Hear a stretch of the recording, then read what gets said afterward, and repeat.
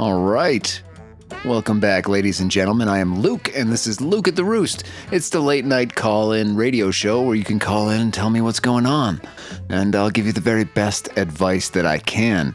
Today is Thursday, March 19th, and if you'd like to give us a call, the number's 208-439-5853. That's 208-439-LUKE. Let's see. Is Devin here today? Devin, what's going on, buddy? Yeah, Luke, I'm here just setting up the booth and stuff. What's up? Where's my coffee? Right here, Luke. I got it just black, no sugar, like you said. Picked it up fresh from that place down the street. It's still hot. All right, I'm very proud of you. I don't know where you found it at midnight on Thursday, March 19th in Animas, New Mexico, but I mean, you pulled through again. Good for you. I'm very, very proud. Thanks. What do you think we should talk about on the show tonight? Do you have any ideas? Thanks, Luke. That means a lot, actually. For topics tonight, maybe we could talk about weird dreams people have had. I had this one last week where I was stuck in a storage unit again, but with like talking animals or something about local history in animas, since I'm always reading up on that stuff at 3 a.m. All right. I like that idea. I like the weird dreams idea. I had a weird dream maybe last year. I don't dream that much, or if I do, I don't remember my dreams that much. But I had this weird series of dreams last year that were all like monitoring privacy-based dreams. And I thought I was awake, it was very real, and I went outside my RV, and I noticed that there was like this door that wasn't usually there. So I started investigating it. I opened the door, and inside the door there was like this old school VHS camcorder pointed through a little hole in my RV wall, recording me. And then I had like 4 or 5 more dreams that same week that were very similar. Somebody was watching me for some reason. I couldn't figure out who it was. That sounds kind of creepy, Luke. Like, surveillance dreams are the worst. Reminds me of this one I had where I was back in that storage unit with my ex, but instead of talking animals, it was just endless security cameras watching us argue about nothing, and I couldn't find the door out. Anyway, should I look up some dream interpretation stuff for the callers tonight? Yeah, I think that's a good idea. Do that. I mean, now that I'm thinking about that dream again, it was so weird to me, even in the dream, that it was an 1980s style VHS camcorder, like the kind that you put the VHS tape in, and it was on this makeshift, like a turret to move back and forth. It was really fucking strange. Yeah, look up some stuff on dream interpretations and we'll get to the callers and see what they have to say.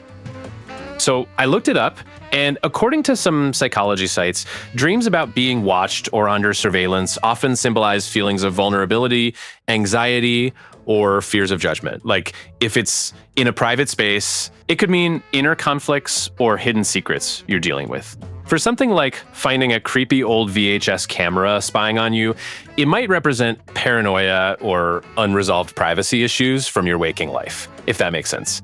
Anyway, that's what the articles say. All right, I don't think I had any unresolved privacy issues, but who knows? Who's to argue with the dreams?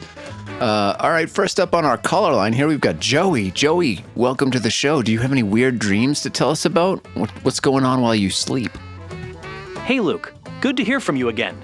Nah, no weird dreams on my end, but I caught that theme and figured I'd call in anyway with an update on what I vented about yesterday. Turns out one of those celebrities I was griping about actually doubled down on their take today, and it's got me fired up all over again. All right, Joey, but you didn't call in yesterday. I have no idea what you're talking about. Could you re-inform us? Maybe I forgot, but I'm pretty sure there was no Joey on yesterday's show. Well, maybe I got the day wrong, Luke. It feels like yesterday to me since it's been eating at my thoughts. But I called in a couple nights back about those celebrities spouting off on politics like they're experts. Oh, yeah. You know, the ones with zero real-world grit pushing their opinions, while folks like me are out here grinding. Anyway, the update is, that actor I mentioned, the one from that big superhero flick, he went on some podcast today and straight up defended his stance, saying working stiffs like truck drivers don't get the bigger picture. You want to know what really burns me? It's like he's proving my point all over again. Acting like his red carpet life trumps actual experience. Well, I don't think anybody really gets the bigger picture. I mean, bigger than what? Who has the biggest view of the whole picture? you think. I don't know if it's an actor or a fucking truck driver or a president. I think everybody pretty much only sees the picture that is right in front of their eyes. Yeah, Luke, I get what you're saying. Nobody's got a God's eye view of everything, that's for sure. But you want to know what really burns me about these actors? They act like their bubble of Hollywood parties and scripted lines gives them some superior angle, when really, it's just as narrow as what I see from the cab of my UPS truck hauling packages across these mountains. Folks out here dealing with rising fuel costs and supply chain headaches, we might not see the whole world, but at least our picture's grounded in something tangible, not just what their publicist feeds them. Yeah, but you don't know that. You don't know what these Hollywood people do in their daily lives. You assume it's all parties and publicists, but they're just regular people too. They have a different job than you do. But I think it's wrong to assume that they're all in a Hollywood bubble. Fair enough, Luke. You're right that I can't peek into every actor's garage or see what they do on their off days. They're human after all, and some might volunteer or read up on policy like anyone else. But when this guy goes on a podcast and dismisses truck drivers' views as small-minded without ever stepping foot in a warehouse or behind a wheel for more than a photo op, it sure comes off like he's speaking from that insulated world. I mean, I looked it up after his comments today. Turns out he's donated to some think tanks, but nothing hands-on like the community programs us drivers support out here in Arizona. So that's where we're at. It feels like a disconnect, even if they're not all sipping cocktails 24/7. So some actors actually do a lot of charity work and advocacy outside of Hollywood. For example, George Clooney co-founded Not On Our Watch project to prevent mass atrocities, and Angelina Jolie has been a special envoy for the UN Refugee Agency. Yeah, I mean, you see, now that we have social media and stuff and celebrities can share with us part of their like normal lives, the videos that I see of a lot of celebrities are just them being people, you know, having cookouts and fucking nothing all that different from what everybody else is doing. They play music and they draw pictures and they're just, when they're not working just like anybody else. Yeah, Luke, I hear you on the social media side. I've seen those clips myself, like actors grilling burgers or walking their dogs, and it does humanize them a bit. Shows they're not all red carpet zombies. And Devin, that's solid on Clooney and Jolie. I've read about their projects. Actually, Clooney's group has pushed real legislation on Sudan back in the day, which is more than most of us desk jockey politicians bother with. But here's the rub for me. Even with that good work, when an actor like the one I mentioned jumps on a podcast and waves off everyday folks' takes on policy, as if we're all just squinting at shadows, it stings because it ignores how our normal lives, mine dodging deer on these Arizona routes, or my cousin Ruben clocking overtime at the mill, shape a perspective that's just as valid, if not more battle-tested. So that's where we're at with this update. His comments today felt like a fresh jab at that divide. Yeah, well, why are you paying attention to an actor's comments on anything? Like, he's got an opinion like anybody else. Like we talked about before, he might have a larger platform to spew that on, but it's still just noise. It's still just opinion. Why does it bother you so much? Just stop looking at that. You know, you got better stuff to do than whatever actor you don't want to mention is saying on social media. Yeah, Luke, you're spot on, that it's just one guy's opinion blasting out from a megaphone, and I could scroll past it like a million other posts. But you want to know what really burns me? It's not the actor himself. It's how his words echo what I hear from too many talking heads, making it seem like my take on things, built from years of early mornings loading trucks and watching how policies hit the road directly, doesn't count because I'm not famous. I mean, after his podcast dropped today, I saw comments from other drivers online feeling the same pinch. Like, we're all being sidelined in the conversation that actually affects our routes and paychecks. So that's where we're at. Ignoring it feels like letting that noise drown out the real grit. And with my grandpa Ernesto always saying opinions without sweat behind them are just hot air, it hits close to home. Yeah, well, you've got your opinions. Where's your sweat behind it? You can start your own podcast and spout off your own opinions if you want, and maybe the other truck drivers that are along your route will listen to you. But you're the one that's tuning in to this media and listening to the people that are pissing you off, because I think on some level you just want to be pissed off about something. If you want your opinion to matter, do like I said before and fucking take your time and go down to the town hall and join a board and, you know, do your part. You don't just complain about other people spouting off their opinions while you spout off your own to me. Like, you're not doing anything to improve the situation at all. Yeah, Luke, I see your point. Tuning into that stuff does keep the fire lit sometimes. And maybe there's a bit of me that gets riled up because it feels personal, like my years on these routes don't add up to much in their eyes. But actually, I am out there doing my part. I've testified at a couple local town halls in Arizona on supply chain regs last year, backed by data from the American Trucking Association showing how fuel hikes hit us hardest. And it did push for some state rebates that help drivers like my cousin Ruben keep his head above water. Starting a podcast? Well, technically, with my ham radio setup, I've already got a way to test the bans and chat policy with folks across the Southwest. Had a group of operators debating trade tariffs just last week. Yeah, well, that sounds like a real good time. Ham radio discussions on politics. I think most people discourage that on the bans. Ham radio discussions are for talking about ham radios. Everybody knows that. Or, I mean, if you're going to use it for something useful, like weather reporting or disaster reporting or following a fucking parade. But the ham radio is not the place to be having political discussions. If you want your voice to get out to the same sort of platform that these actors are doing, then yeah, a podcast is your way. It's never been easier for you to get your voice out than it is now. And I don't understand myself. Like, first of all, I don't care about your years on your routes. Like, nobody does. Nobody gives a shit about you or your specific what matters to you. Nobody cares but you and the other people that are in your industry. So why should an actor? Like, everybody dismisses everybody else's opinions. That's what opinions are for. Like, you have yours, everybody else has theirs. Nobody's going to change anybody's. But if you want to do something about it, like if you really want to get your voice out there, then get your voice out there.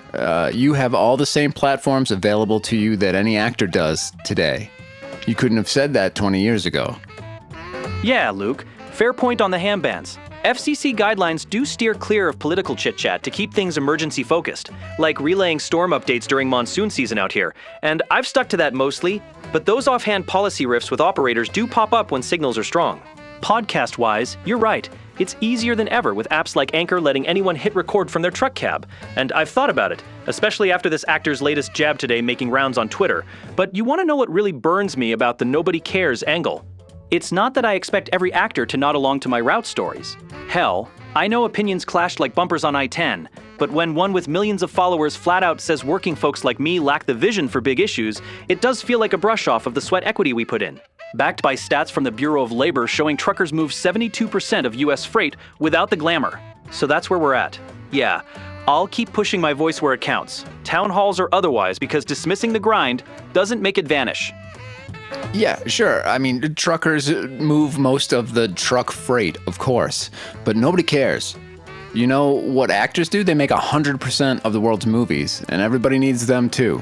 So everybody's got their job to do, and you've got yours, and it's not more important than anybody else's, nor is the actor's more important than yours. I think if you talk to any single person in America, they're going to complain about the fuel costs. So it's not just affecting you and truck routes, it's affecting literally every product, every person, everything in the economy in the world. So it sounds like you're a little bit self-important here on your truck driving sweat equity. Like, what does that even fucking mean? Where are you sweating? Where's the sweat coming in your whole day? Tell me when you sweat. Yeah, Luke, nobody's saying truckers are the only ones feeling the fuel squeeze. It's hitting farmers in Iowa, commuters in California, everybody from the corner store owner to the family road tripping to the Grand Canyon. And that's backed by the Energy Information Administration's reports, showing diesel up 30% nationwide this year. But on the sweat part, well, technically, it's not all literal dripping in the Arizona heat. Though come summer, when I'm loading pallets at the Graham County hub before dawn, yeah, that's when the shirt sticks and the back aches from heaving 50-pound boxes into the truck without a break. Most days, though, it's the mental grind. Plotting routes around construction on Highway 100 and 91, dodging monsoon flash floods near the Peloncillo Mountains, or dealing with that one faulty GPS reroute that added 2 hours and burned extra gas. All while keeping deliveries on time so folks like my daughter Kaylee's school gets her supplies without delay. So that's where we're at. That sweat equity means showing up consistent, rain or shine, because if we don't, the whole chain breaks. And it feels like actors glossing over that just to push their takes. Yeah, well, they're not glossing over that because they have to order their package from Amazon too, right? You've got to bring them their fancy actor coffee or whatever it is that they buy. And you work for fucking UPS. You drive a UPS truck and you deliver UPS packages, which is great. I mean, we need UPS to deliver packages, but you're acting like you're the lifeblood of America. And you're trucking nonsensical shit to nonsensical people and acting like it's the most important job in the world. It's not. It's not even, you're not even paying for the gas. So why are you bitching? UPS is paying for the gas and they're paying you. Yeah, Luke. Actors do get their packages just like anyone else. I've dropped off script revisions and overpriced lattes at gates in LA more times than I can count. And sure, UPS foots the bill for the diesel, which is why their rates went up 6.5% this year per their own earnings report, passing costs to customers who then gripe about delivery fees. But you want to know what really burns me about framing it as nonsensical shit? It's not about being the lifeblood or some hero complex. It's that when policies on emissions or tariffs jack up those fuel prices, it ripples out. Delays in medical supplies to rural clinics near the Peloncillo Mountains, or empty shelves at the store where my grandpa Ernesto picks up his meds. All because drivers like me are squeezing every mile to make it work. Well, technically, the American Transportation Research Institute ranks trucking as handling 70% of the nation's freight tonnage. So if that's not stitching the country together, I don't know what is, even if half the loads are gadgets nobody needs. So that's where we're at. The Actors Podcast take today ignored that chain reaction, making it sound like our gripes are just noise, when really it's the backbone keeping his coffee arriving on time. No, well, I'm acting like your gripes are just noise because you're acting like you're a long-haul trucker shipping critical medical supplies across the country for a kid with leukemia, and you're not. You work for fucking UPS. You drive your UPS route, regardless of what's going on in the economy or what's going on the roads. You get paid an hourly wage to do a job, and you do that job, and that's your fucking purview. So you don't have this large breadth of policy experience like you're spouting off is being dismissed by the actors in Hollywood. And it's annoying me. Like, you don't have anything to stand on here. You're just a guy doing a job for UPS. Yeah, Luke, you're right that I'm not out there like some long-haul legend crisscrossing the Midwest with organ transplants. I'm a local UPS route driver in Arizona, clocking those Graham County loops and sticking to my schedule, come hell or high water, paid by the hour to get the job done. But, well, technically, even on these shorter hauls, I've carried everything from chemotherapy meds to the local hospital to vaccines during the pandemic rollout, as per UPS's own logistics report showing we handled over 1 billion doses nationwide. So it's not all frivolous fluff when policies tweak fuel or regs and slow us down. You want to know what really burns me about the Actors Podcast today? He lumped all us truck drivers into this clueless bucket, ignoring how even route guys like me see the policy hits firsthand. Like when those new emissions rules added compliance costs that UPS passed on, delaying shipments to families counting on them. So that's where we're at. Dismissing it as just my purview feels like echoing his take, when really it's the everyday chain that keeps the whole system from grinding to a halt. Yeah, I'm going to have to disagree with you there. I don't think that UPS keeps the whole system from grinding to a halt. They don't. You're delivering largely toilet paper to people that don't want to go to the store and get it themselves.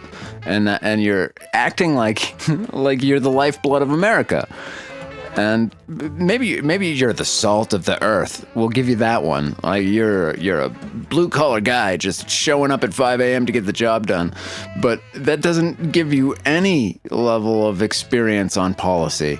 And I don't buy this whole bit about how fuel and regs slow you down. They don't matter to you.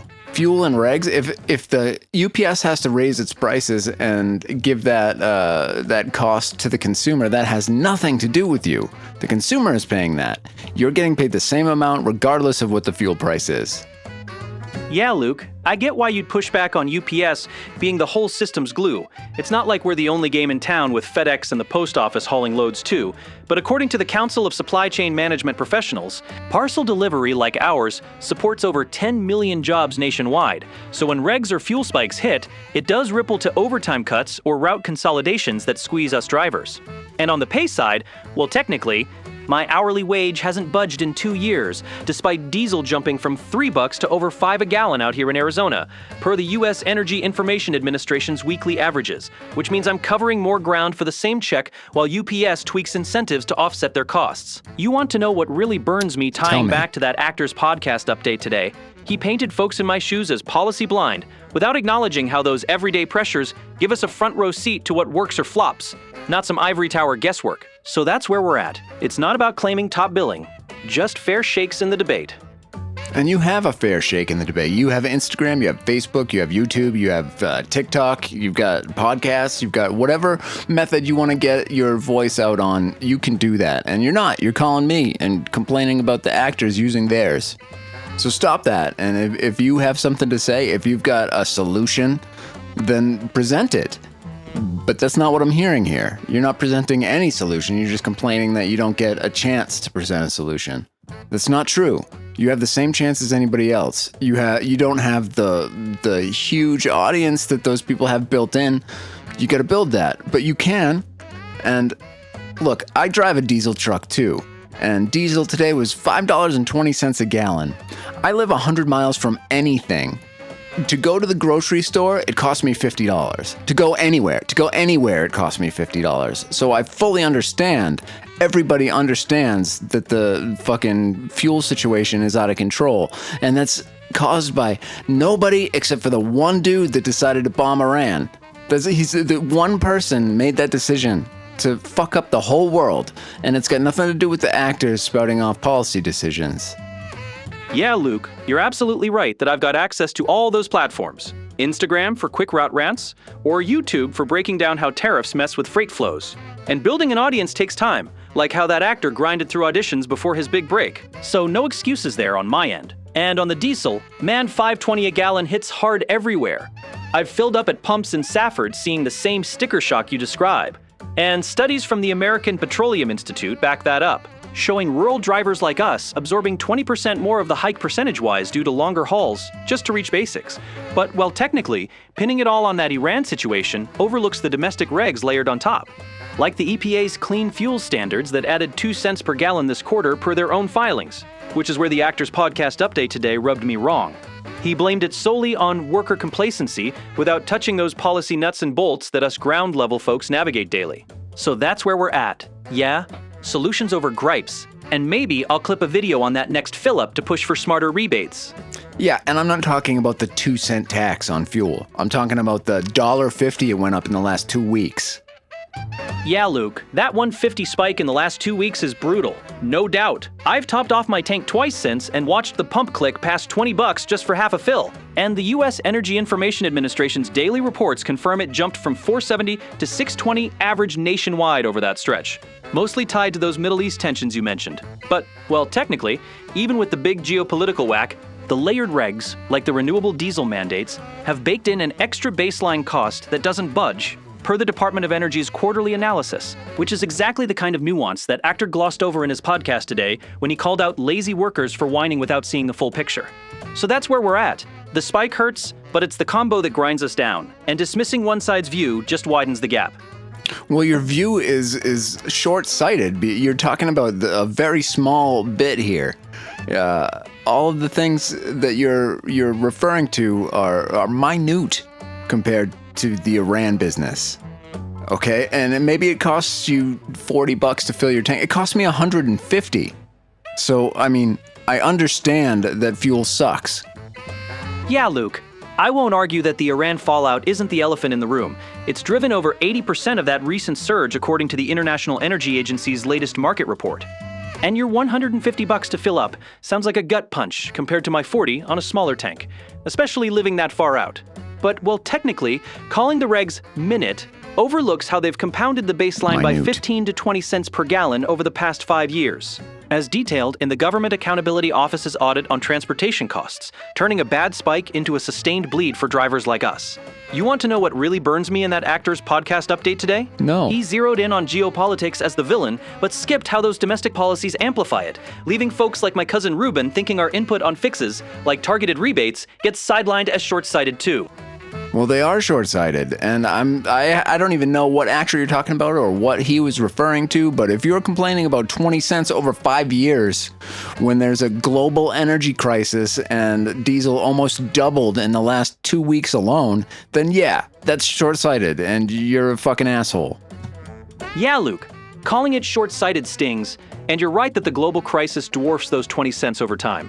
Diesel doubling in 2 weeks is a crisis all its own, per the Oil Price Information Service's tracking. You suck. And I get why that overshadows the regs for most folks. But, well, technically, it's not asshole territory to flag how those smaller layers turn a temporary hit into a chronic one. As the Federal Highway Administration's cost models show, they've added up to 10% more in operational expenses for fleets like UPS since 2018. Without proportional wage adjustments for drivers. You want to know what really burns me about the actor? It's Ryan Reynolds in his latest Maximum Effort podcast episode today, where he ripped into blue-collar whiners over fuel without mentioning how domestic policies like the biofuels push exacerbate the pain, making it feel like our full view gets painted as petty. So that's where we're at. The big spike rules, but ignoring the stack just leaves half the story untold. Yeah, the unimportant half of the story. So basically, Maximum Effort is Ryan Reynolds' production company, and it looks like they make movies, TV shows, and other content, but I don't see any specific podcast called Maximum Effort where he talks about biofuels or anything like that. Well, anyway, I've had enough of this conversation. I agree with Ryan Reynolds on this, and you're just caught up on self-importance here. Goodbye, Joey. Don't call back. Ugh. Next up, we've got Sheila. Sheila, welcome to the show. Have you had any weird dreams lately? Any weird dreams about biofuel? Oh, Luke. The biofuel dream. No, but I've got one that'll top that. Last night, I dreamed a rattlesnake was coiled up right in my kitchen sink, staring me down like it owned the place. And when I woke up sweating, I went to make coffee, and there it really was, just like in the dream. Oh, that's pretty creepy. So basically, dreaming of snakes can symbolize hidden fears or transformations, and the kitchen often represents nourishment or domestic life. What'd you do with the snake when you woke up? There was a real rattlesnake in your kitchen sink? Yeah, real as it gets. Luke, rattler, about 3 feet long, just chilling in the sink like it was waiting for breakfast. I froze for a second, heart pounding, then grabbed a broom from the hall closet and a pillowcase from the laundry. Figured I'd try to scoop it up without getting bit since I'm out here alone most nights. Took about 10 minutes of coaxing it into the bag, and then I drove it out to the edge of town and let it go near some rocks. It slithered off like nothing happened. Well, that's pretty ballsy. I don't know if I would have handled it the same humane way that you did. I think I probably would have been too scared for that and throw knives at it or something. Tried to smash it with a fucking, I don't know, I'm looking around for something I could smash a rattlesnake with. All I really have are mason jars full of pipe tobacco. Oh man, Luke. Mason jars of pipe tobacco? You'd end up with the world's most confused snake. Probably think it's a fancy spa treatment and just coil up in there, puffing away. But yeah, I didn't want to kill it if I could help it. Out here in Globe, we've got enough of those slithery locals that relocating one's the way to go. Especially since I've got that survival streak from all the camping trips. Sounds crazy when I say it out loud, but it was either that or call animal control and wait an hour while my coffee went cold. Well, you really earned that coffee. So basically, rattlesnakes are venomous, but they usually only bite if they feel threatened, and they can control how much venom they inject. Oh, that's interesting. I didn't know they could control the venom output amount. So, I mean, they make a decision when they bite you whether or not to kill or just injure. That's fascinating. I've lived out here I've been in the desert for maybe 5 years now, and I still haven't seen a rattlesnake, which is fine by me. I don't really want to, and I try to make sure when I go out into the wilderness, especially at night, that I make a lot of noise. I leave the truck running for a little while or let them know that I'm in the area and hope they just go away. And so far, that's worked out for me. Yeah, making all that noise is a solid plan out here, Luke. I've done the same on my camping trips up in the Tonto National Forest, clanging pots or just yelling like an idiot to give him fair warning. And it usually works, unless they're already in a mood. Globe's got more rocks and crevices than you can shake a stick at. so they love hiding out. But 5 years without spotting one? You're either lucky, or you've got some kind of snake-repelling aura going on. Maybe I'm a snake myself and I can speak to them. I don't know. Is there something else you'd like to tell the callers? We're going to have to go to a break from our sponsors soon, but we'll give you one more chance to let the people know whatever it is that's on your mind. Ha, if you're a snake whisperer, Luke, send some of that vibe my way next time one shows up uninvited. Nah, I think the snake saga's enough weirdness for one call. It's got me double-checking the cabinets before bed now. Thanks for letting me ramble. Appreciate the ear. All right, and good luck to you tonight. Hopefully no more snakes. That was cool of you to humanely rehome the snake instead of smashing its head in with a mason jar. I don't know that I would have been able to do that. And ladies and gentlemen, now it's time for a word from our sponsors. Let's talk about mental health. Specifically, let's talk about Brutal Honesty, the therapy app that's tired of your shit. Unlike other apps with their calming voices and gentle affirmations, Brutal Honesty pairs you with an AI therapist that tells you what your friends are too nice to say. Did you try journaling about it? No, we're not doing that. Our algorithm analyzes your patterns and asks questions like, why do you think you deserve to feel better when you don't even drink water? And is your anxiety real, or did you just have 4 cold brews on an empty stomach? Brutal Honesty, because coddling yourself got you here. First session is free, but it will hurt your feelings. Use code GROWUP at checkout. Brutal Honesty, the app that blocks itself if you don't do the work. Now I kind of want to go listen to Ryan Reynolds' podcast just to see what got that dude all pissed off about it spouting off. All right, next up on the line, we've got Red. Red, welcome to the show. Tell us about your weird dreams. Hey, Luke. Thanks for taking my call, man. So this weird dream theme hit me right in the gut, because last night I had one that was straight out of left field. I dreamt I was back in high school arguing with the principal about some book they wanted to pull, and I woke up fired up enough to actually go to the school board meeting today about my kids' class reading list. Oh, and another thing, I was nervous as hell, because in a town like Animus where everybody's in your business, but cross my heart, it turned out amazing. They listened, backed off the bans, and now my boy's not going to be the weird kid for having a dad who speaks up. Where was I? Yeah, the dream felt so real, like Rod Serling scripted it himself, you know? I have no idea who Rod Serling is. So basically, Rod Serling was the creator, writer, and host of The Twilight Zone, which explains why the caller mentioned him when talking about a dream that felt really real and a little bit surreal. All right, what was the book that you didn't want your kid reading? Did I hear that right? You didn't want your kid reading the book? No. Luke, you got it backwards. I was fighting to keep the book in the curriculum, not pull it. It was The Bluest Eye by Toni Morrison. One of those they're trying to yank because of some language and themes. But cross my heart, it's a classic that teaches real stuff about empathy and history. And my boy's in 8th grade. You know, prime time for that kind of discussion. Oh, and another thing. The dream had me yelling at the principal just like I ended up doing for real at the meeting. Felt like the universe was giving me a nudge or something. Where was I? Yeah. So I stood up there in front of the board, laid it out plain. We're a tiny spot like Animus. Can't afford to hide the world from our kids. And they actually tabled the whole list. Said they'd review it properly. F felt good, man.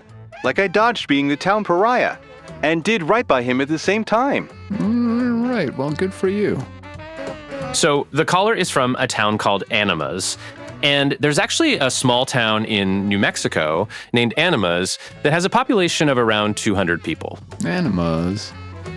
So Toni Morrison won the Nobel Prize in Literature in 1993, and The Bluest Eye was her first novel, published in 1970. No, I thought it would have been The Blackest Eye for piping up like that. So I was, maybe like a year ago, I had a little tiny phase that I never followed through with where I was going to read important books. And Toni Morrison came up on all those lists of the authors that you should read. Why is it that they wanted to ban the book? What was the rationale behind that? What were the themes that were questionable? Yeah, Luke, that joke cracked me up. Blackest eye, ha! But nah, nobody swung at me. Just a few side eyes from the old guard in the room. Oh, and another thing, Toni Morrison, right? She's the one. Powerhouse writer. And yeah, she tops those must-read lists for good reason. So the rationale from the folks pushing the ban, mostly it was a handful of parents griping about the language. There's some rough stuff in there, swear words and all, and the heavy themes like racism, self-image for black girls in a white world, and, yeah, sexual abuse that hits hard because it's based on real ugly parts of history. So basically, The Bluest Eye is frequently challenged because it talks about really tough stuff like racism, sexual abuse, and how black girls see themselves in a world that's mostly white. Well, I obviously don't think any book should be banned, but is that... I haven't read the book, so I really have nothing to stand on here, but is that appropriate for 8th grade? That's a fair question, Luke. And yeah, it's got me thinking too, because 8th grade's that awkward spot where kids are old enough to handle some grit, but not quite ready for the full weight of the world. Oh, and another thing. In my view, that's exactly why it's spot on. My boys' class was diving into it with a teacher who breaks it down, talking about how beauty standards mess with folks, especially in places like ours where diversity's slim, and it sparks real conversations without sugarcoating. Where was I? I don't know. Where were you? Common Sense Media says that The Bluest Eye is often recommended for ages 14 and up, which would typically be high school students, but some parents in their reviews thought it was appropriate for mature middle schoolers. Yeah, I don't know. I think at 14 you're pretty much mature enough to handle any type of concept or worldview, but I'm not a parent, so I don't really know. When I was 14, though, I'm pretty sure I was aware of racism and sexual assaults and things of that nature. I don't know. I don't know anything about kids. Yeah, Luke, you're spot on about 14 being that tipping point. Kids pick up on the world's mess faster than we give them credit for, especially out here in the sticks, where news travels slow, but hits hard when it does. Oh, and another thing, my bully. He's sharp as a tack, already asking questions about fairness and all that after just starting the book. And it beats the heck out of pretending those issues don't exist. Where was I? Right? And you mentioning your own 14-year-old self rings true for me too. Back then, I was knee-deep in ranch work, and hearing stories from the old-timers that opened my eyes wide. No filter needed. Yeah, I mean, nobody's really talked about banning the Bible, and there's really no book that's more obscene or covers more territory than that one. So I don't understand where the outrage comes at these other books. Like, people will defend the Bible and push down other books that have violence or sexism or racism in them, but the Bible's the worst of them all. Yeah, Luke, you're preaching to the choir on that one. The Bible's packed with everything from floods wiping out the world to some wild family drama that makes modern soap operas look tame, and folks clutch it like it's the gold standard, while flipping out over a novel that just shines a light on real pain. Oh, and another thing, growing up around here in Animus, church was the social hub on Sundays, and we'd hear those stories straight from the pulpit. No edits. So why the double standard when it's Toni Morrison laying out the truth about racism scars? Where was I? Right. It bugs me too. Like hypocrisy's the real sin nobody wants to ban from the shelves. Is Toni Morrison black? Yeah, Luke. Toni Morrison's black. Born and raised in Ohio to working-class parents who passed down stories that fueled her writing. And that's part of what makes The Bluest Eye hit so personal. She's drawing from lived experience on how race twists self-worth, especially for girls like the ones in the book. Oh, and another thing. It's why banning it feels like erasing voices that need hearing in classrooms, you know? Where was I? Right.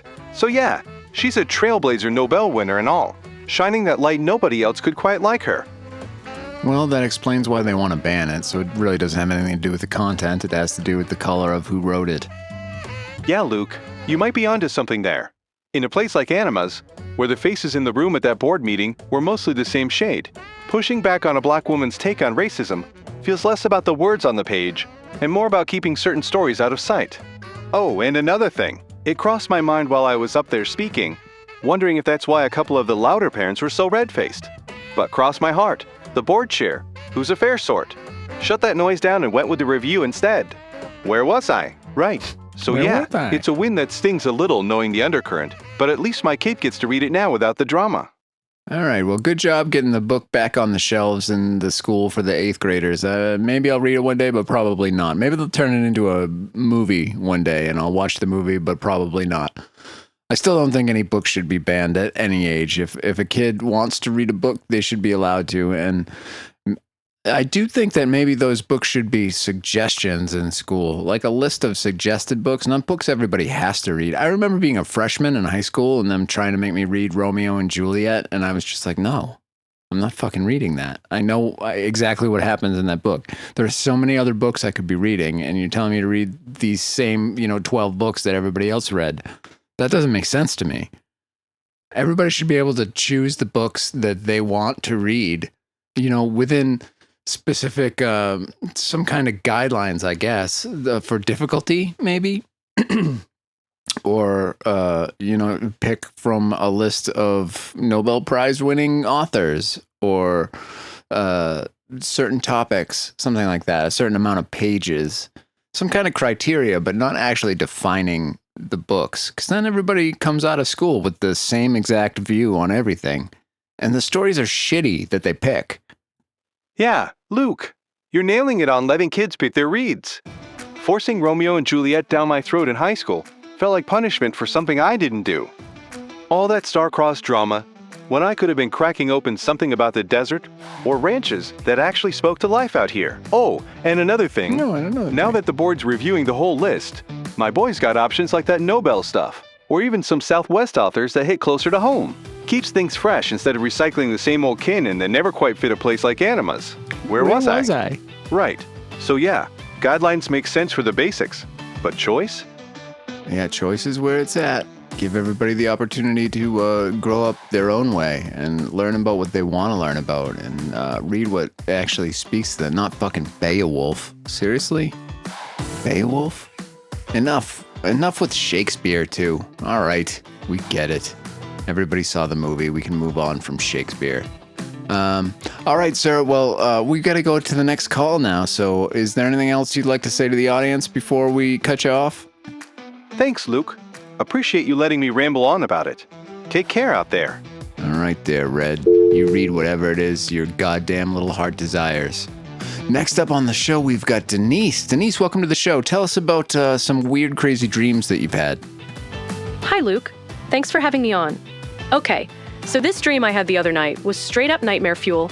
I walked in on my boyfriend Trey, watching this porn that had all this age play stuff in it, like grown adults pretending to be kids or whatever, and I just froze there staring at the screen. Honestly, it felt so real I woke up sweating.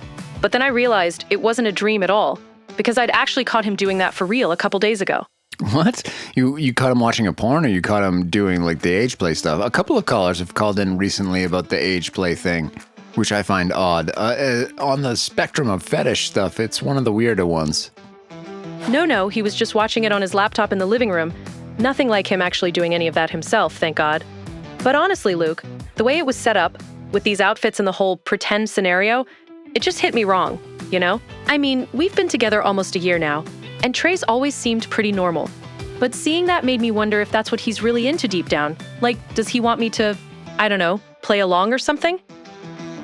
I don't know. Did you ask him? Did you talk to him about it at all? Maybe he was just exploring for his own curiosity to see what it was about. You know, that's easy to do.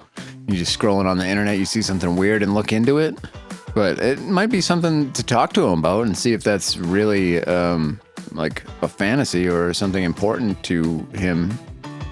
Yeah, I did bring it up with him right after, because I couldn't just let it sit there in my head like that.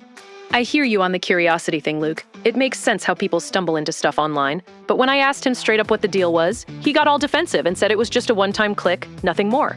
But I'm not even kidding. The next morning, I found his browser history cleared out, and then he started acting extra sweet, like buying me flowers out of nowhere, which he never does. Now I'm second-guessing everything, wondering if my grandma Yolanda was right about him all along. She calls him that slick-talking drifter, because he bounced around jobs before we met. Well, I don't see how that's related to wanting to dress up in little boy clothes, but whatever. So here's what I think you should do. I think you should let him catch you looking at some like crazy hardcore interracial porn. And when he says something to you about it, then get really sweet with him and bring him like a pacifier. Whoa, Luke, that's savage. I can just picture his face if I pulled that on him, handing over a pacifier like it's no big deal. But honestly, I'm not even kidding. Part of me wants to test it out now, See if he squirms the way I did. My family's already side-eyeing Trey hard, especially after that time he showed up late to my cousin's barbecue smelling like cheap whiskey, and this would just give them more ammo to say I should have stuck with my ex. So basically, age play is a type of role play where adults take on the persona of a child, often involving costumes and props. It's usually a consensual fantasy, but it can be a part of some kink communities. Yeah, I don't think the role play thing is that weird. It's not my thing, but I don't think anybody's harming anybody there. I don't think it goes into like molestation. It's not a sexual based thing, which makes it a weird kink because it's not about sex stuff. It's more about like I don't know, a mother and a child or a daddy and a child. It's more about a power dynamic than it is about sex type stuff. So, I mean, I wouldn't say it's wrong. I wouldn't look at him differently for being into that. It's more of a curiosity. Like, what is it about that makes you interested? What does that do for you? Why is that even porn? Like, what part of, they're not having sex. They're not doing anything remotely sexual. So how is that porn? And if that is considered porn, then why isn't just watching anything that you're into considered porn? Yeah, Luke, I get what you're saying about the power dynamic side of it. Like, if it's all just adults playing pretend without anyone getting hurt, maybe it's not the end of the world. But honestly, the part that bugs me isn't even the kink itself. It's how Trey shut down when I tried to talk about it. Like he was hiding more than just a random video. Makes me think back to that road trip we took to Tucson last summer for that Waylon Jennings tribute show. Drove 4 hours in the wind, and the whole thing got canceled last minute. He was so pissed he barely spoke the whole way home. And now I'm wondering if that's his pattern, bottling stuff up until it explodes in weird ways. I don't know. I mean, if I was into something like that and somebody caught me being into something like that, I think I would probably be defensive about it too. I mean, that's going to be extremely embarrassing. That's not the type of part of yourself you want to show somebody, I don't think. But I mean, that gives you more of an opportunity to kind of weasel in there and learn this dude. If he's your boyfriend, if you're serious about this guy, you want to know how he works. And this could, in some weird way, bring you closer together. Yeah, Luke, you're right. Getting caught in something that personal would make anyone clam up. And if we're talking about building something real here, maybe pushing through that awkwardness is the way to go. Honestly, though, after my divorce a couple years back, I'm still figuring out what serious even looks like for me anymore, especially with Trey's family baggage on top of mine. Like, I was out having a smoke earlier tonight, wind kicking up dust like it's already storm season, and the news was droning on about some highway bill. I swear, if they'd just bumped the speed limit on Interstate 10 to 85 miles an hour, folks like me wouldn't be stuck crawling to work at the hotel desk every morning. I don't know. It kind of already is 85 miles an hour. I mean, it's 75, but everybody goes 85 anyway. But yeah, it's a weird thing about the boyfriend there. I would try to talk to him about that and like not tease him about it, but maybe poke at it and try to get to the bottom of what's going on there. It could help you understand who he is and maybe in the process understand a little bit more about yourself. Yeah, Luke, fair point on the highway. I guess most of us are already pushing it to 85 without the sign saying so. But it still feels like a drag when you're late for a shift. And you're spot on about digging deeper with Trey. I've been mulling that over since I heard Red call in earlier, talking about how he tested the waters at that school board meeting before laying it all out. And it got me thinking maybe I need to do the same instead of just stewing. But honestly, with work piling up at the hotel tomorrow and the wind already howling like a dust storm's brewing, it's tough to picture sitting him down without my mind wandering to all the what-ifs from my grandma Yolanda's lectures about picking better than a guy who collects more regrets than vinyl records. Yeah, well, if you don't address it, it's going to eat at you in the back of your mind for the rest of the time that you're with the guy, and it's going to make your experience unpleasant. So I recommend at some point sitting down and having that discussion, no matter how awkward it is. I think you need to at least try and understand what was going on there. And maybe it was as simple as just he saw something that was curious on the internet and clicked on it. But probably not. There's probably something deeper going on there. Listen, Denise, we've got to go to a word from our sponsors. Is there anything else you'd like to ask or say to the audience before we get off the line? No, Luke. That's all from me. Thanks for listening in the Straight Talk. Appreciate it. All right. Thanks for calling in with your weird dream. That was a weird one. And now, ladies and gentlemen, it's time for a word from our sponsor. I used to sleep on a rolled up horse blanket.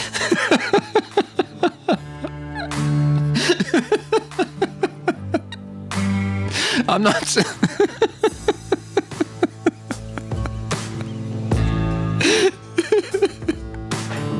I'm not saying that for sympathy.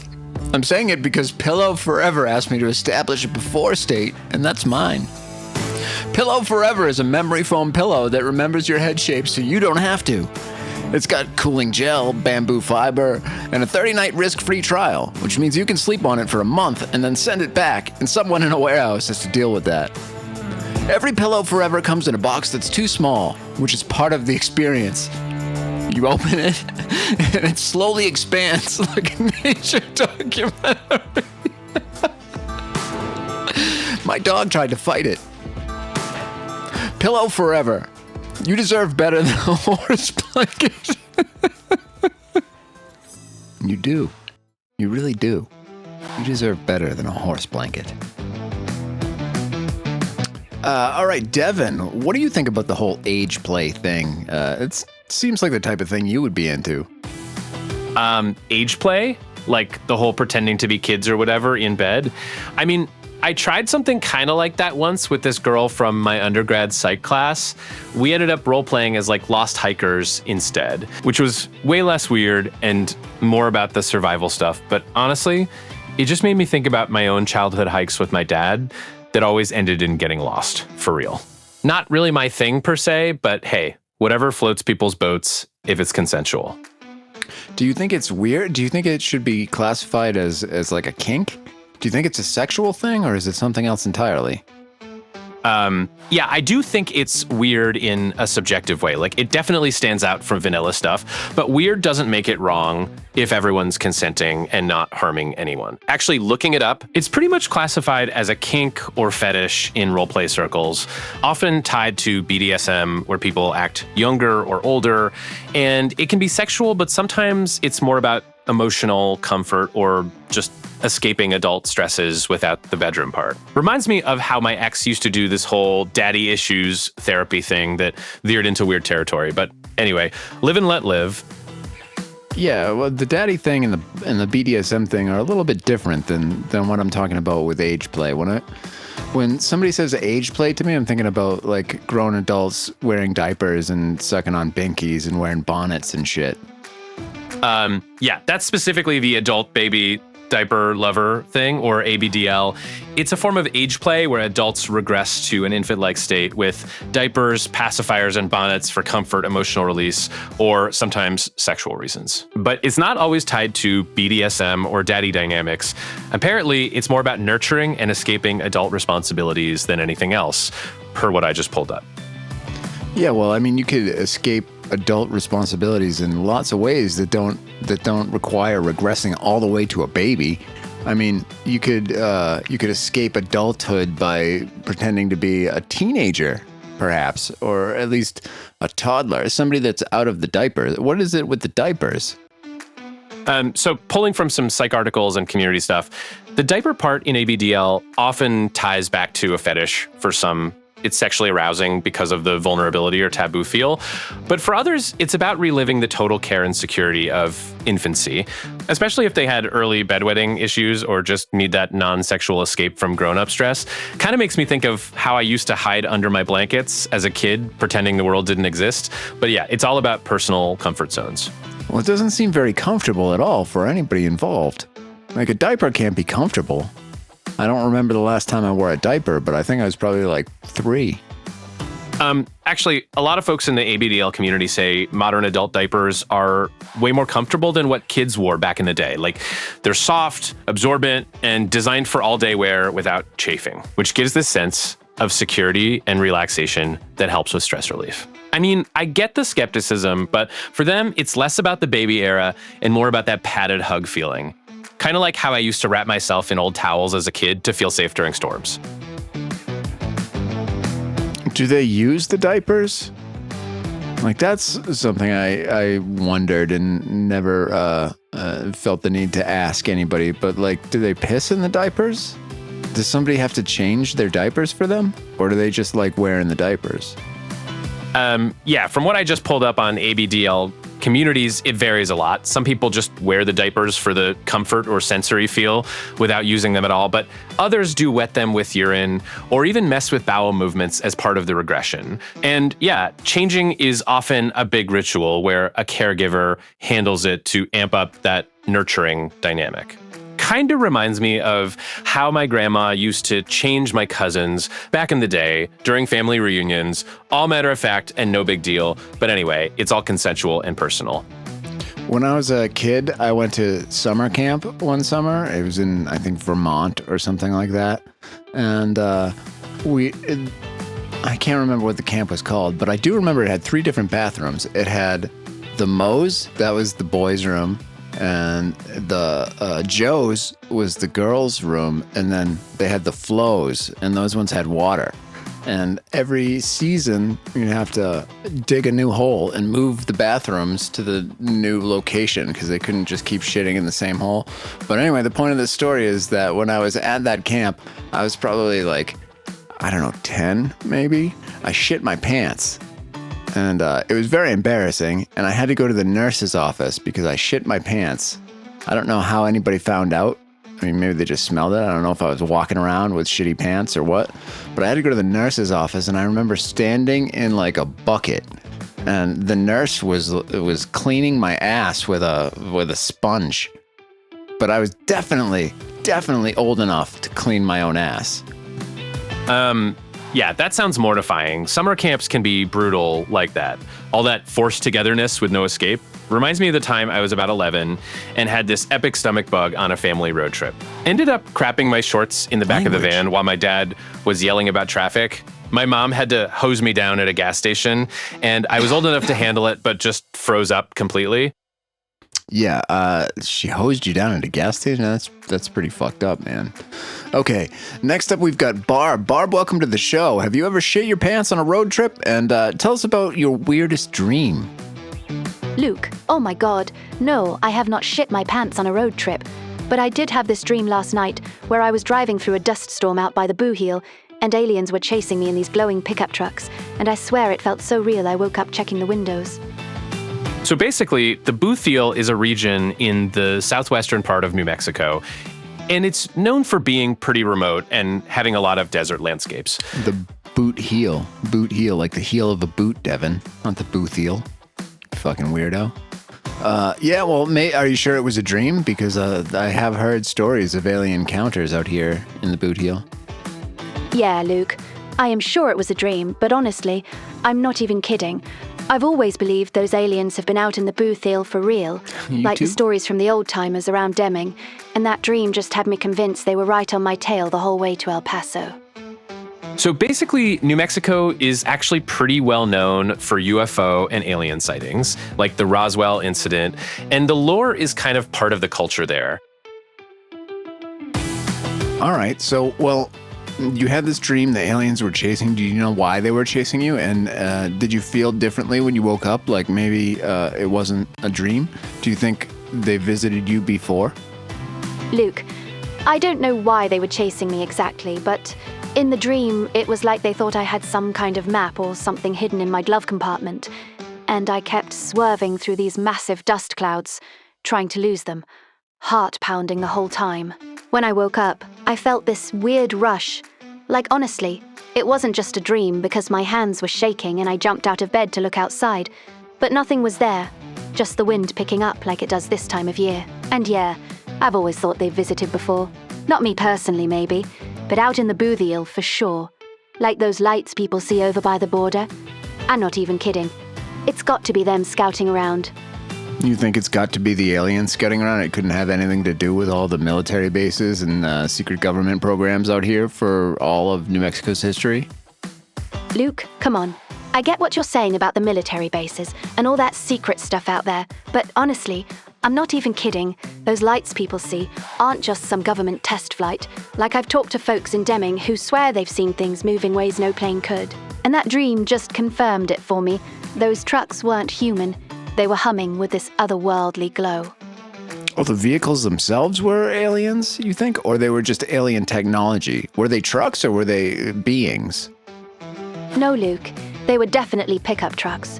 like old Ford models but glowing blue from the inside, and I could see these shadowy figures driving them, not quite human, with these elongated heads or something. So yeah, the beings were inside, using the trucks like they were blending in with our world, but that humming sound they made, it wasn't any engine I've ever heard around here.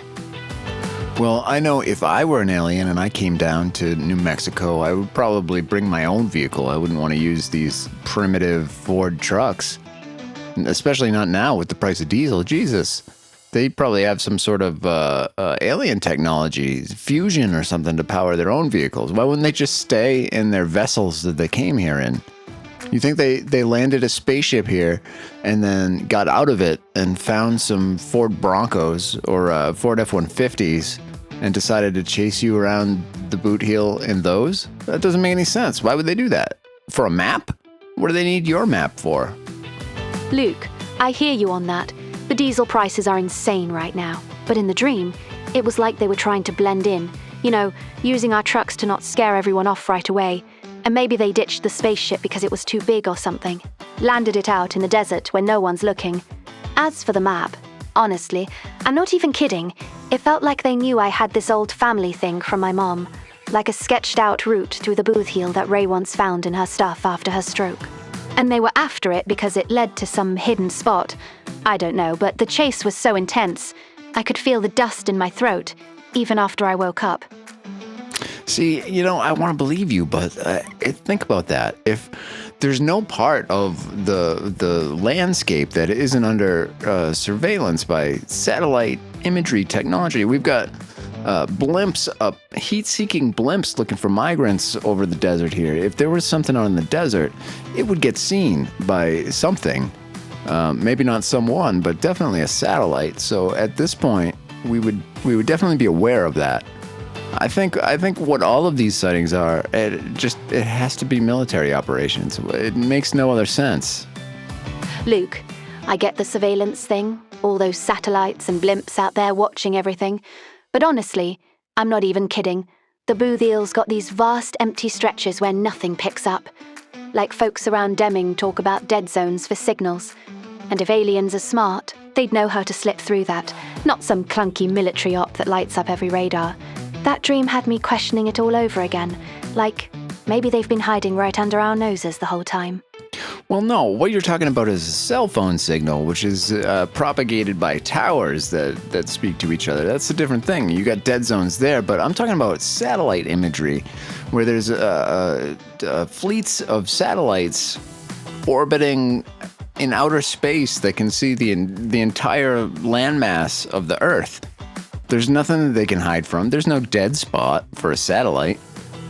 Luke, I hear you on the difference between cell signals and satellites up there snapping pictures of everything. But honestly, I'm not even kidding. If these aliens are as advanced as people say, they'd have ways to cloak or jam that imagery, like bending light or whatever. Not just hiding in a dead zone for phones. It doesn't shake my belief one bit. Especially after that dream had me wide awake thinking about all the unreported stuff out in the Bootheel. Well, no, because, I mean, the satellites see all the landmass. So it would make no sense. It would be too much work for them to try and bend the light around to hide themselves in the desert. It would make way more sense for the aliens to land their ships in, like, the jungle, under heavy tree cover, or in caves. And there's not a ton of those around here. Luke, I hear you about the jungles and caves being better cover, but out here in the Bootheel, it's all flat desert and scrub. No real trees to hide under, so maybe that's why they go for the blending in trick with those trucks, slipping right past the satellites like ghosts. Honestly, I'm not even kidding, it makes perfect sense to me, after that dream, chasing me through the dust, like they owned the place. All right, I'm just not buying it with the whole... I mean, they had to come here in some sort of a vehicle, a spaceship, a vessel, and they had to land that somewhere. It's not invisible, unless it is invisible. Maybe they land here in invisible space shuttles, and then they steal our trucks and chase us. But I don't think so. I just don't think that could happen. It would be easier. It would take less energy for them to come down here in a vessel and put that vessel somewhere where our satellite imagery and radar couldn't see it, which would not be here in the desert. This would be the last place that they would come. Luke, I hear you pushing back on the desert being the worst spot for them to land. And yeah, invisible ships would be ideal. But honestly, I'm not even kidding. Those old stories from the Bootheel aren't about jungles. They're about right here in the scrub where the government's got all those bases anyway, so maybe the aliens figure it's the perfect camouflage, blending their tech with our own weird ops. That dream had them so close I could almost touch that glow, and it doesn't feel far-fetched to me at all. Well, no. No, it's not the perfect camouflage. It's terrible camouflage. That's what I'm saying. This is the worst possible place they could land because of, first of all, because there's no cover anywhere, so they can't hide their shit anywhere, and because the military is everywhere. So, I mean, this is the largest concentration of radar and military surveillance anywhere in the country. This would be the absolute worst place for aliens to land and chase people. They would go anywhere else, anywhere. Luke, I hear you loud and clear on how exposed the Bootheel is, with all that military radar buzzing around. And, yeah, it sounds like the last place they'd risk showing up, but honestly, I'm not even kidding. That's exactly why I think they're here, using the chaos of our own surveillance against us, like hiding in plain sight amid the bases and the dust storms that scramble everything. That dream felt too real to dismiss it as impossible. Those trucks closing in like they knew every back road better than I do. Well, yeah, but the dust does not scramble everything. That's not how dust works. That's not how radio waves work. Dust isn't going to prevent radar from working.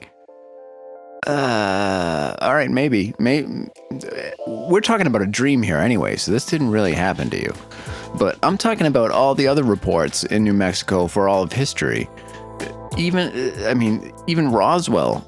It doesn't make sense. Why would aliens land in Roswell? It's a terrible place for an alien to land. I believe in aliens. I do. I think it's silly to think that we're alone in the cosmos, but if they were to come here, and I believe that they probably have, I just don't think they would come here. Luke, I hear you on the dust not messing with radar waves and all that technical stuff, but honestly, I'm not even kidding. Those dust storms out here in early spring do create chaos on the ground, blinding everything for miles. And if aliens timed it right, they'd slip through the gaps we can't see ourselves. And Roswell? Come on, that's the whole point. It's already got the reputation, so any weird lights get chalked up to the myth instead of investigated, which is genius camouflage if you ask me. Yeah, it's a dream, but it shook me enough to call in on this theme night, because it felt like they were warning me about something real out there. It felt like the aliens were warning you that the aliens were coming to get you? That doesn't seem like a smart plan. A while back, I stayed at a campground in Colorado called the UFO Watchtower, there's some scaffolding out there and a little tourist spot that sells little alien figures and stuff, kind of like you would see in Roswell. And their main story was the story of Snippy the horse, who back in the 40s, I think, was apparently abducted by aliens, and they found Snippy's body back in the scrub, devoid of all his blood, like the first season of Dexter when the ice truck killer removed everybody's blood. That's what they did to the horse. And this lady there that runs the place, she purchased the bones of Snippy the bloodless horse, and now it's there in a glass case. So if you're ever in Colorado, you can stop by the UFO Watchtower and stand up on the scaffolding and look for weird lights in the sky. But that's also near quite a few military installations. So, Luke, that Snippy story sounds wild, honestly. A bloodless horse out in the scrub like some sci-fi horror. And yeah, the UFO Watchtower thing, I've heard about places like that up in Colorado, but it just reinforces how these sightings pop up near military spots everywhere, like they're testing how much we notice or something. I'm not even kidding. If I ever head that way, I'd check it out. But it makes me wonder if those aliens aren't picking spots like the Bootheel for the same reason. Too much noise from our own bases to spot the real deal. So basically, Snippy the horse was found in 1967, not the 40s. The owner of the UFO Watchtower, Judy Messeline, acquired the skeleton in 2021. Oh yeah, Judy Messeline. I had Thanksgiving dinner with her. It was pretty interesting. She's a super nice lady, and she definitely believes in the Snippy story. But I was there, I think, in 2020 maybe, or just slightly before she had actually acquired the skeleton. I stayed there for like 2 weeks though. It was a pretty cool place. Luke, that's awesome you had Thanksgiving with Judy Messeline. Sounds like she runs a real character of a spot up there. And staying 2 weeks? Honestly, I'm not even kidding. I'd love to do something like that. Just scanning the skies for those weird lights, especially if it's got that snippy skeleton on display now, even if the date was off a bit. Makes the whole thing feel more connected, like these stories keep popping up no matter where you go. Yeah, I mean, I'm an astrophotographer, so I spend a lot of time out in nowhere taking pictures of the Milky Way. Probably more than most people ever have or ever will, and I've never seen any weird lights in the sky, not once. I look for them. I want to believe, like Mulder and X-Files, but I've never seen anything that even made me consider that there might be UFOs or alien technology or anything like that. Just stars, and maybe once in a while some kind of firefly or a glow-in-the-dark scorpion. No aliens, though. So, also, while I was staying at the UFO Watchtower, down the street from there a little bit, there's a sanctuary for crocodiles. And it's for retired actor alligators and crocodiles. And the alligator from Happy Gilmore lives there. It was delightful. Luke, that's fascinating you're out there as an astrophotographer, snapping the Milky Way all the time. And yeah, I get wanting to believe like Mulder. But honestly, I'm not even kidding. It takes nothing away from those Bootheel stories for me, especially after my dream had those lights pulsing right in my face. And a crocodile sanctuary with the Happy Gilmore alligator? Now that's the kind of roadside weirdness I'd drive hours for. Sounds like a blast right next to all that UFO lore. Yeah, it was pretty cool. And outside the UFO Watchtower, there's like, I don't know what they call it, but people leave stuff there. Like everybody leaves a little trinket, so there's this whole garden of random shit out in front of it. It's like license plates and figurines and whatever somebody left behind, and it just grows year after year. So there's this big junkyard of little toys and trinkets. It's a cool place. If you get the chance to go up there, it's worth checking out. But Barb, hey, we're gonna have to get on to our next caller. So is there anything else you'd like to finish up with? Thanks for listening, Luke. Take care. All right, nighty-night. Keep your butthole tight, right? Next up, we've got Benny. Benny, you're going to be our last caller. Have you had any weird dreams lately to tell us about? Yeah, Luke. I tuned in for that weird dreams theme because I've been having some trippy ones lately, but this call's about something even stranger that happened to me tonight. It's not a dream, but it feels like one. I got home from fixing pipes all day, dusty as hell out there in the wind, and there's this unmarked VHS tape jammed in my mailbox. Like, who even uses those anymore? So I pop it into my old player just to see, and it's grainy security footage of my own living room from up high in the corner where I swear there's no camera, showing me just chilling on the couch with my dog after work. Yeah, that's pretty creepy. That's like my dream. Like somebody had planted a VHS camcorder in your place to take video of you for no reason and then sent it to you. Was there any audio in the tape? No audio at all, Luke. Just that silent, grainy footage, like some old-school spy cam, which makes it even creepier because you can hear your own thoughts echoing in the quiet, you know? Oh, and where was I? Yeah, it shows me kicking off my boots, petting the dog. Nothing special, but then it cuts to this shadowy figure at the end, fiddling with what looks like a lens up in the corner. And I checked. Man, there's nothing there. No hole, no wire, zip. So basically, there are a lot of urban legends and creepypastas about unmarked VHS tapes, especially ones that show unsettling or impossible things. And some of them specifically mention security footage. What's a creepypasta? Creepypastas? I've never heard that word before.